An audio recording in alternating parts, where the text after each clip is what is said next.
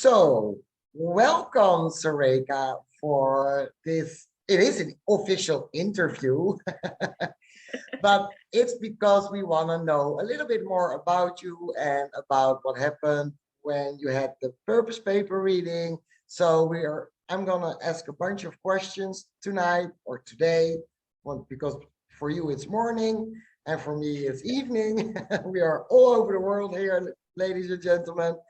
So first, Surekha, would you like to introduce yourself a little?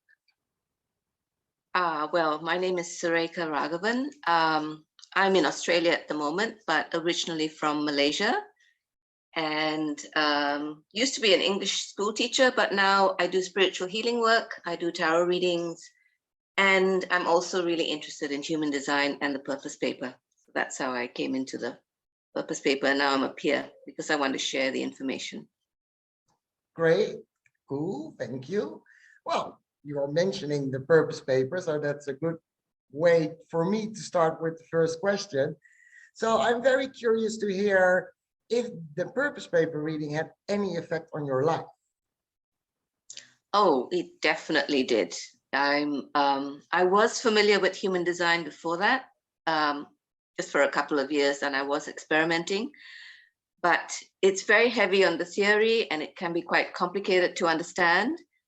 And the way the purpose paper, I didn't even know what it was at first, but when it was read to me, I thought, this is wonderful because it described me so well, and it made me feel so good afterwards. So it was wonderful self-validation for me, to show me that whatever I've been experiencing is just normal and correct for me. And it made so much sense. So I was completely blown away by it when I first had it. Yeah, I can totally imagine that. So did it cause any conscious changes in your behavior after hearing your gifts and talents? Did you consciously change things knowing that information? I think the biggest thing was it made me more aware of myself in a positive sense, because we all have traits we don't like in ourselves. And human design, or actually the purpose paper in particular, reframes everything in a positive way. If I could give an example, would that be okay? Please, yes. So one of my gifts is confusion. And whenever it happens regularly for me, I get very confused. And so for me, I saw it as a negative, like I want clarity. I don't like confusion, and I don't like it about myself. But in the purpose paper reading, it was described as a gift. And it was explained that my mind is just thinking about a problem and trying to solve it. And so that's all it's about. It's not a negative. It's just the way my mind works.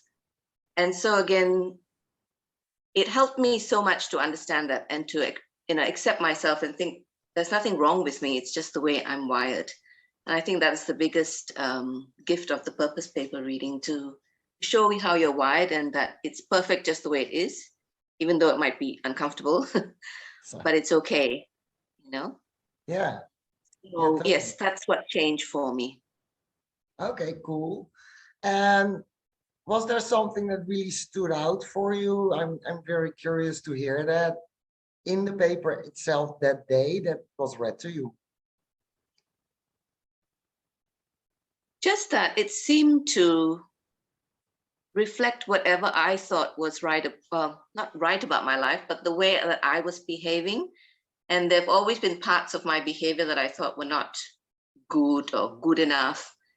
And yet it was framed in a way that I thought, there's nothing wrong with me. I'm okay just the way I am. That was very big for me, because I've had depression for a lot of my life, and a lot of depression is, lack of self-worth and self-hatred and that kind of thing. So this was very life-affirming for me. That was the biggest thing for me. Yeah, I can imagine. So, but I'm curious, do you have a specific example? You mentioned depression, so that's a big thing, I believe, for sharing also. But is there also like more behavioral things that you approach people different for example, because they are, you know now how they are wired. So is there like an example that you would like to share? Definitely. I'm also not only appreciative of myself, I'm appreciative of other people.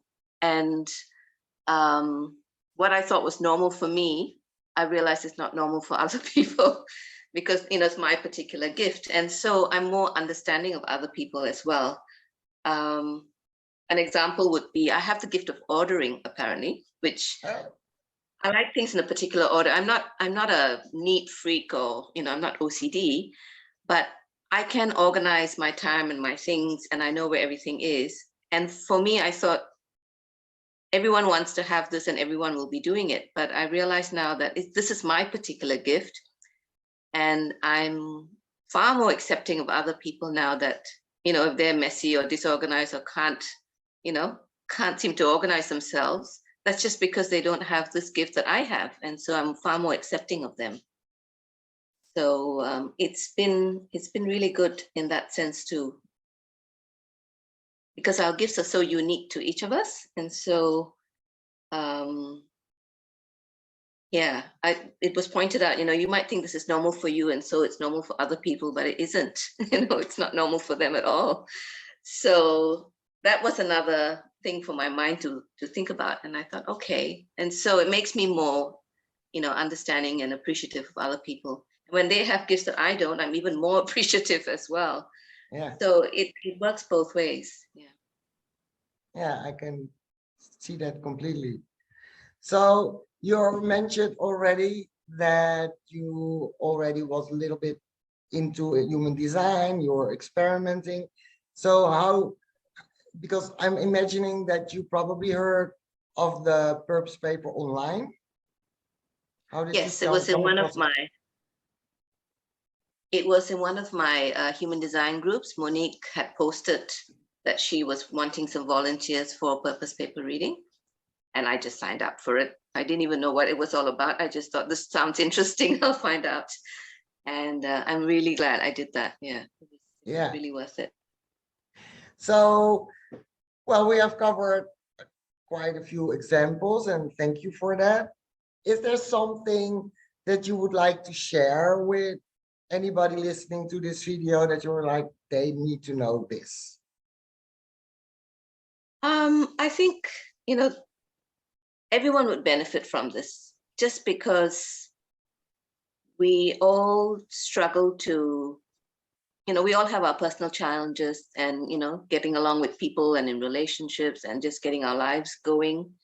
And knowing about ourselves is really huge. If you know what your gifts are, you know what your talents are, you know how you can deal with certain situations, and you know where you might need to go and ask for help because you don't have that gift, So it all starts with us, doesn't it? So the more we know about ourselves, the more we can deal with life and the challenges that life throws at us. And it's got very practical suggestions as well. If I could just come back to my gift of confusion, the suggestion is to do my favorite waste of time while I'm confused, to let my mind just, mull over the problem. And it's been a huge piece of advice for me, because I thought, I can recognize this confusion now, and I'm thinking, all right, I don't have to think about it. And the solution appears a lot sooner, So there's lots of practical advice in the Purposepaper reading. So I would suggest that anyone, everyone should have one. It would make a world of difference. Yeah. Yeah, and I want to dive a little bit deeper because you're mentioning now the favorite waste of time. I know what it is, but I think a lot of people are like, what is that? So I would like to hear more about that. How does that show up for you, your favorite waste of time? Oh, for me, it's watching movies, reading books. I'm a literature student, basically. So I like stories, and, watching a good series on TV. It occupies my mind, and I'm not then, worried about other things, but that's basically my favorite waste of time. I could go for a walk in nature, but, if the weather's okay, but generally I'm a bit of a hermit, so staying indoors is what I do. And reading and watching something interesting on TV is what I do. I don't think of it as a waste of time, but it occupies me. Nice. Thank you very much for sharing all that information with us. And well, there's just one little thing that comes up the whole time during this interview, and I know it was my last question, but I'm sneaking in one more. So I know as an emotional inner truth, maybe you cannot answer it. So if you can, it's okay. But are you noticing people around you? So now you're living more yourself, your authentic you, know your energy field, and you know your inner authority, like how to make decisions. So are you noticing that maybe things around you, people around you are picking up on that they see, hey, she's changed, and or they interact differently with you because of that?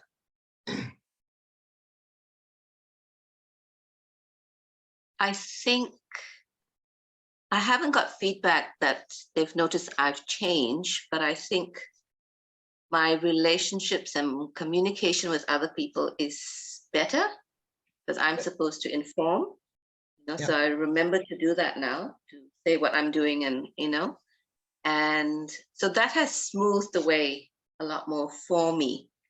I haven't actually got feedback saying, gosh, something's different or anything like that, but I found that, yes, it's easier for me to deal with people because I know how my energy field works. Yeah, that's nice to hear. Thank you for answering in short notice like that. I sprung it a little bit on you. I will explain people we have prepared questions because an inner emotional authority, they need more time usually to see what they want to say, how it feels, and how they are showing up for that. So this was a little bit of a spur of the moment thing, but thank you. It was a great answer. Thank you for this interview. And well, people, if you want to book a reading with Surekha, go to the website YouniqueResearch.com. You will find the link under this video, and she will be very happy to read it for you and give you all the tips and tricks that she has in her arsenal. Thank you. Goodbye. Thank you, Mariska. Okay, bye.